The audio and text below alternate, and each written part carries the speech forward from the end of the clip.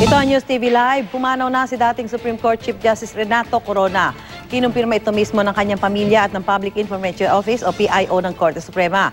Na-cardiac arrest si Corona sa Medical City sa Pasig kaninang pasado 1:00 ng madaling araw. May sakit na diabetes ang 67 taong gulang na dating punong maestrado at 2 beses nang sumailalim sa bypass surgery. Matatanda ang hinatulang guilty si Corona ng Senate Impeachment Court noong 2012 dahil sa hindi niya paglalahad ng kanyang buong yaman at ari-arian sa kanyang Statement of Assets, Liabilities and Network o SALN. Wala pang inilalabas na detalye ang pamilya Corona kaugnay ng burol at libing ng dating punong maestrado. Iniutos naman ni Chief Justice Maria Lourdes Sereno ang paglalagay sa half-mast ng mga watawat sa Korte Suprema at sa iba pang mga korte sa bansa.